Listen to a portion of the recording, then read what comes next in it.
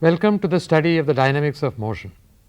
In the first episode, you learned about the various forms of forces, their specifications, and the concept of inertia, which has been the basis for the first law of motion. In this episode, we will deal with Newton's second law of motion. For a comprehensive understanding of the second law, it is essential to know the three parameters of motion, namely speed, velocity, and acceleration, and momentum, a product of the mass and velocity. The parameters of speed, acceleration, and velocity are generally used interchangeably. But there are finer differences among them. Speed is the rate at which a distance is covered without regard for direction. It is a scalar quantity as it has only the magnitude. Velocity, on the other hand, is the rate at which a distance is covered in a given direction. Therefore, it is a vector quantity as it has both the magnitude and direction. Velocity can be determined by using the formula v is equal to s by t, where s is the distance traveled and t is the time taken to travel the distance. If a vehicle covers a distance of 2 kilometers in a particular direction in 5 minutes, then its velocity will be 0.4 kilometers per minute. The third parameter of motion is the acceleration, which is defined as the rate of change of velocity. It can be determined by using the formula A equals s by t squared, where A is the acceleration, s is the distance traveled, and t is the time taken by the object to travel the distance. The acceleration of the vehicle, which covers a distance of 2 kilometers in a particular direction in 5 minutes, will be 0.08 kilometers per minute squared. Now that you have learned about the speed, velocity, and acceleration, it is appropriate to understand the relationship between acceleration and force. This relationship had engaged the attention of the Italian scientist Galileo Galilei for several years. Motion indeed is a result of force. Without force, objects at rest would not traverse distances. The distance they cover and the time they take to cover the distance are quantitative dimensions. The relationship between these two dimensions engaged the attention of Italian scientist Galileo Galilei for several years. Galileo's early experiments with free-falling bodies made him believe that the velocity of falling objects increased with the distance they travel. To support his assumption, he argued that when a body starts from the point A and falls along the line AB, the degree of velocity at point D will exceed the degree of velocity at point C in the ratio of BA is to CA. In the same way, the degree of velocity at E to the degree of velocity at D will be in the ratio of EA is to dA. Thus, at every point of the line AB, the body will have a velocity proportional to the distance from any given point to the point of origin at A. If his argument were to be right, then when two objects set in motion simultaneously, the objects set to travel a longer distance should take the same time as the objects set to travel a shorter distance. But this does not happen. This error in his argument soon became apparent to him. To correct himself, he conducted the inclined plane experiment. On the inclined plane, the gravitational force will not be to its fullest, as in the case of free-falling bodies, but will be considerably diluted. While a part of the gravitational force is spent in maintaining contact between the ball and plank, only the remaining part of the gravitational force acts to produce motion. To measure the time taken by the ball to traverse various distances, Galileo used a crude water clock. The water clock consisted of a tank from which water flowed into a container. Water was allowed to flow as the ball rolled down the plank. As it reached a given distance, the tap was turned off. The weight of the collected water was taken to represent time. After repeating the experiment several times, Galileo found that the distance traveled by objects with constant acceleration from their positions of rest was proportional to time squared. It means that if a moving body with constant acceleration travels a distance of, say, 1 unit in 1 second, then it will travel a distance of 4 units in 2 seconds and a distance of 9 units in 3 seconds, and so on. Galileo's inclined plane experiment is of great value in understanding the relationship between speed and distances traveled by rolling and free-falling bodies under the influence of gravitational force. While the magnitude of the gravitational force will be maximum on free-falling bodies, it will be diluted to an extent in the case of objects rolling on inclined planes. As the angle of the inclined plane increases, the gravitational force acting up on the rolling objects will also increase, making them move relatively faster. Let us examine Galileo's proposition that distance travelled by an object will be proportional to the square of the time taken to cover the distance. To find out whether this proposition holds good in the case of rolling as well as free falling bodies, we can conduct the experiment twice. First, by keeping the inclined plane at an angle of 30 degrees and then at an angle of 90 degrees, which is the case of free fall. We can record the experiment on video and replay it to note the time taken by the ball to reach the distances of 1 foot, 2 feet, 3 feet and 4 feet marks on the plank. To record the time accurately in seconds and its fractions, we can tag an electronic clock to the video. Using the values of the distances and time, we can work out the velocity and acceleration of the rolling ball to ascertain Galileo's proposition. First, the case of the plane inclined at an angle of 30 degrees. Here, the ball rolls down the plank. The video replay indicates that the ball from its point of origin reached the 1 foot mark in 0.35 seconds, the 2 feet mark in 0.49 seconds, the 3 feet mark in 0.61 seconds, and the 4 feet mark in 0.70 seconds.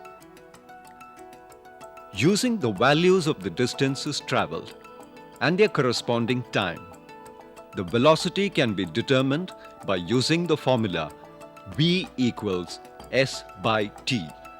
The velocity of the ball at a distance of 1 foot mark works out to 2.85 feet per second. In a similar manner, the velocity of the ball at the 2 feet mark works out to 4.08 feet per second, 4.91 feet per second at 3 feet, and 5.71 feet per second at the 4 feet mark. These results indicate that the velocity of the ball was not constant, but was increasing with the increase in distance and time. The increase in the velocity of the ball with respect to time and distance attributes acceleration to the rolling object. The magnitude of the acceleration can be determined by the formula A equals s by t squared. The acceleration of the ball at the 1 foot mark works out to be 8.16 feet per second square, 8.32 feet per second square at 2 feet, 8.06 feet per second square at the 3 feet mark and 8.16 feet per second square at the 4 feet mark. These values indicate to a fairly constant acceleration of the ball from its starting point to any given distance. This means that distance travelled is proportional to the square of the time taken to maintain a constant acceleration at an angle of inclination. This experiment with the plane inclined at an angle of 30 degree ascertains Galileo's finding that the distance travelled by objects with constant acceleration from their positions of rest will be proportional to time square. Let us now examine whether the ball will maintain a constant acceleration when the angle of inclination is raised to 90 degrees, which is the case of free falling bodies. As the gravitational force acts in full strength, the ball travels the length of the plank at a high speed. On video replay, the electronic clock indicates that the ball reached the 1 foot mark in 0.17 seconds, the 2 feet mark in 0.24 seconds, the 3 feet mark in 0.31 seconds, and the 4 feet mark in 0.35 seconds. The velocity of the free-falling ball at the 1 foot, 2 feet, 3 feet and 4 feet marks works out to 5.8 feet per second, 8.03 feet per second, 9.83 feet per second and 11.36 feet per second respectively.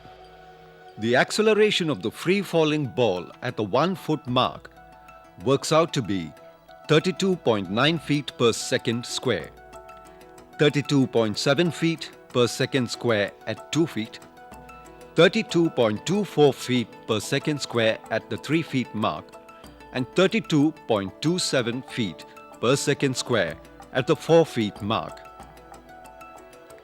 As was the case of the ball rolling on the plane inclined at 30 degrees angle, here too, the velocity of the ball was increasing with an increase in distance and time, and the acceleration was fairly constant, quite close to 32.2 feet per second square. In fact, if you repeat the experiment several times, minimizing the influence of fluctuating air resistance, the average acceleration would be 32.2 feet per second square or 9.8 meters per second square, as was envisaged by Galileo and ascertained by later physicists. This constant acceleration of 32.2 feet per second square is due to gravitational force, the only force acting on free falling as well as bodies rolling on inclined planes. But on the inclined planes, the force varies in proportion to the angle of inclination of the plane. To demonstrate the relationship between force and angle of inclination, Galileo used Stevin's idea of equilibrium between a lightweight object hung vertically and a heavyweight object resting on an inclined plane. When the angle of inclination increases, the heavier object will slide further down the plane. As it reaches a certain point, it slides no further, as the force acting on the object on the inclined plane gets balanced by the force acting on the lightweight object hung vertically from the pulley. To make the heavier object slide further down on the inclined plane, a greater force is needed. Such a force begins to act when the angle of inclination increases, making the object move further down on the inclined plane. From this experiment, it becomes clear that the magnitude of force acting on objects on inclined planes is proportional to the angle of inclination, and it remains constant all the way down. Thus, it emerges that with every change in the angle of inclination, the resultant force changes, so also the acceleration. From such experiments, Galileo provided the general rule that acceleration is proportional to force. This relationship served as the basis for Newton to advance the second law of motion. The law states that the rate of change of momentum of bodies is proportional to the applied force and takes place in the direction in which the force acts. In this law, which summarizes all of classical mechanics, the key word is the momentum. The momentum is the quantity of motion that we often experience while pushing or pulling objects. It will be harder to push a heavier object than a lighter one. A larger force is needed to bring a massive object to the same speed as that of a lighter one. Similarly, to stop the objects of different mass but moving with same speed, a stronger force is required to stop the heavier one. From these examples, it becomes amply clear that momentum is directly related to both the mass and the velocity of the objects. Therefore, the momentum of a body is defined as the product of its mass and velocity. When a lighter mass and a heavier mass object move with the same velocity, the heavier one will have greater momentum. Therefore, the magnitude of momentum of the body with a smaller mass will be Pm equal to mv, and the magnitude of the body with a heavier mass will be P capital M equal to capital Mv. Conversely, if the lighter mass and the heavier mass objects are to have the same momentum, the velocities of the lighter and the heavier mass objects will be related to each other by the equation P equal to mv equal to capital M capital V. Here the mass of the heavier object is greater than the mass of the lighter object. Therefore, the velocity of the lighter object is greater than the velocity of the heavier object. Hence, the lighter object will travel much faster than the heavier object. Whenever an object is set into motion from rest, it gathers a momentum depending on its mass and velocity. It then gradually loses its momentum and comes to rest. This is because the momentum of an object in motion changes with time. In scientific terms, this change of momentum with respect to time is referred to as the rate of change of momentum. Newton realized that an object undergoes a change in momentum with time depending on the force acting on it. The greater the force, the greater the change in momentum, and vice versa.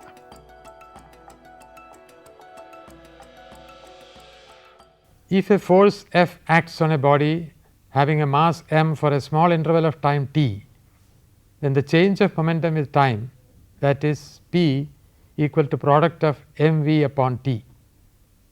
According to Newton's second law, force is only proportional to the rate of change of momentum, but not equal to the rate of change of momentum. So as to make the two variables of force and the rate of change of momentum equal, k, a proportionality constant, is incorporated into the equation. Thus, the equation is notated as F equal to k mv upon t, where k is the constant of proportionality. While the mass of objects generally remains constant, the quantity that changes following the application of force is the velocity. As v upon t is acceleration, the equation then would read as F equal to k m a. We can suppress the constant k in the equation by choosing suitable units. For example, if m is equal to 1 kilogram, a equal to 1 meter per second square, and k equal to 1, then F equal to 1 unit. This is the SI unit of force and is called a Newton. In other words, a force of 1 Newton acting on a body of mass 1 kilogram produces an acceleration of 1 meter per second squared. Thus, Newton's second law of motion would read as F equals ma, a simple formula and an enduring principle central to the motion of bodies. All bodies in motion move according to the second law of motion. In an automobile, for instance, the combustion of fuel inside the engine produces a force which, through the shaft, acts on the wheels to produce motion. The motion can be increased by pressing on the acceleration pedal. The pressing of the pedal causes combustion of more fuel, generating more force needed to accelerate. As in the case of the automobile, Newton's second law of motion is in action everywhere. Observe the bodies in motion and explain their magnitude of the force in the light of the second law of motion. In the next part of the episode, we will examine the third law of motion. Until then, read the books suggested here and answer the questions. Besides your own textbooks, read the books suggested here. Principles of Physics by N. Subramaniam and Brij Lal, published by S. Chandan Company Limited, New Delhi, 1990. Physics textbook by Arvind Kumar, B.K. Sharma, P.C. Jain and others, published by the National Council of Educational Research and Training, New Delhi, 2002. Pradeep's Fundamental Physics by K. L. Gombar and K. L. Gogia, published by Pradeep Publications, Jalandhar, 2003. Engineering Mechanics by S. Timoshenko and D. H. Young, published by McGraw-Hill, New Delhi, 1956. The questions for you to answer are: define speed, velocity and acceleration. How do free-falling bodies attain acceleration? Explain how acceleration is proportional to force. Define momentum and compare the momentum of objects having different mass and velocity. If you have any doubts to clarify, or if you wish to watch the unit again, write to the Director, Consortium for Educational Communication, NSC Campus, Aruna Asaf Ali Marg, New Delhi 110067, or email at cec@del12.bsnl.net.in. You can also write to the Director, Educational Multimedia Research Center, University of Calicut, Calicut University, PO 673635. The email ID is emmrccalicut@yahoo.co.in.